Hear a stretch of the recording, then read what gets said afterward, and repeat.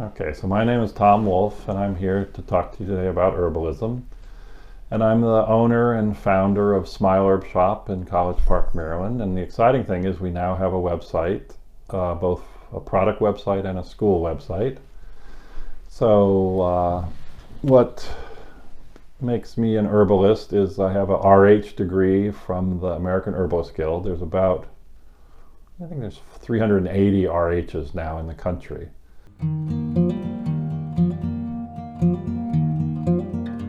So I'm here today to talk to you about allergies and herbs that can really help with that.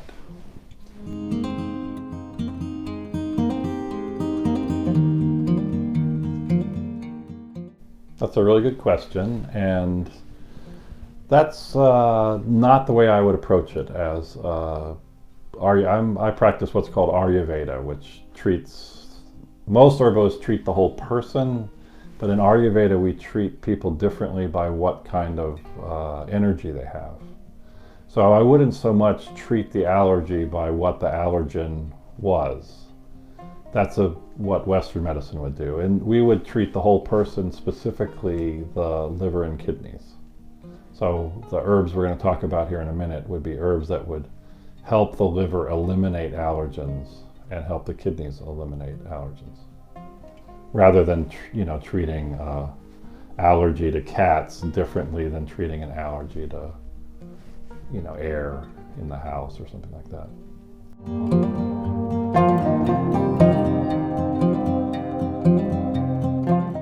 So my three favorite herbs for fall allergies.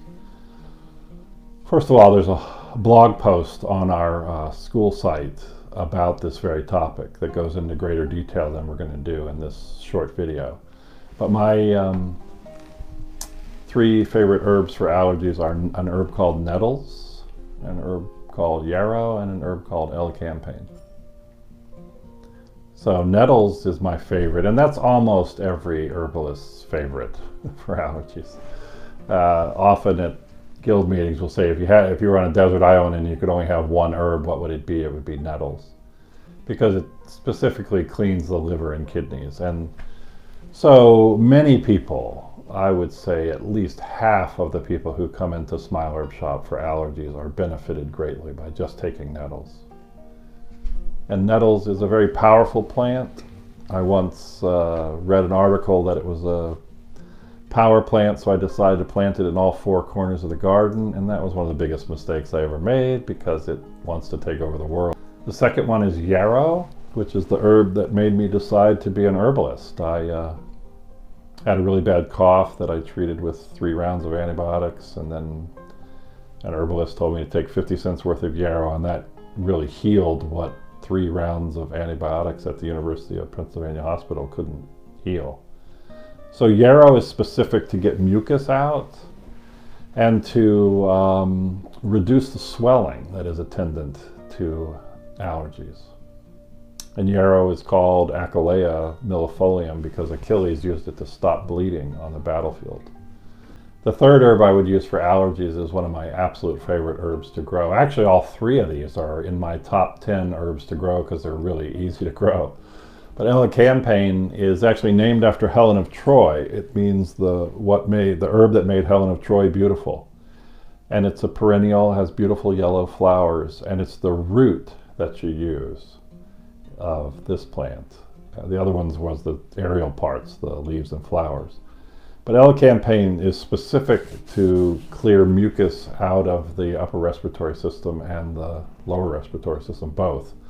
And so it's the strongest of the 3 in taste. It is a very powerful plant. It's one of the most beautiful plants in the garden, and it's got this almost acrid taste that really clears mucus out. So that, in addition with nettles and yarrow, is almost guaranteed to have a beneficial effect if you have allergies.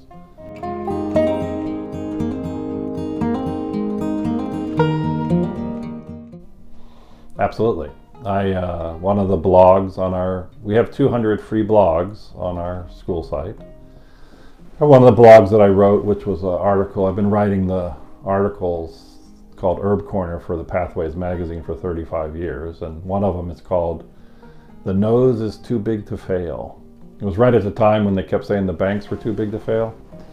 So I said the nose was too big to fail, and the three N's for the nose are nettles, nausea, and neti. So the other two things besides the herbs, the first one is neti. Neti is a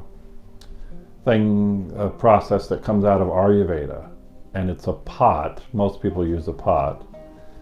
I always joke in the classes that the pot is used to clean out your nostrils, but the original neti pot is just to put your hands like this and fill it up with water and pull it in through your nose. But to daily pull water, particularly if it's slightly saline, in through your nose is just one of the best things you can do for allergies. Well, I've known multiple people clinically who neti changed their lives, who were scheduled for surgery and drug therapy, and just by washing their nose out every day with slightly salty water changed the condition incredibly.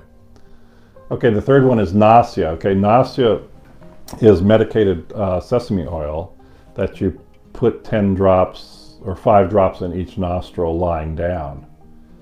And then you just breathe that in, and ideally just a tiny bit of it goes to your throat.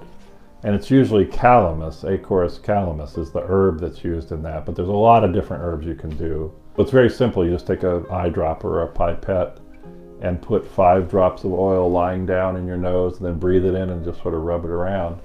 And that, particularly after washing your nose out with neti, is a perfect balance because the oil keeps the tissues soft and lubricated, whereas salt water eventually is drying.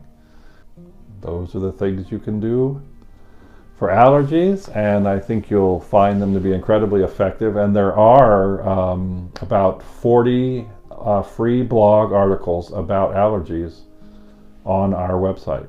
So I would encourage you to take advantage of what we're giving away for free, but it really does help for allergies. So what I'd encourage you to do is to go to our website, smileherb.com, and click on blogs. It's right there on the top of the website, and that will take you to 200 free blogs and articles that a group of us, it's not just me, but it's a group of about 5 herbalists have written over a period of 30 years and enjoy what we're offering to share with you that we've learned about herbs.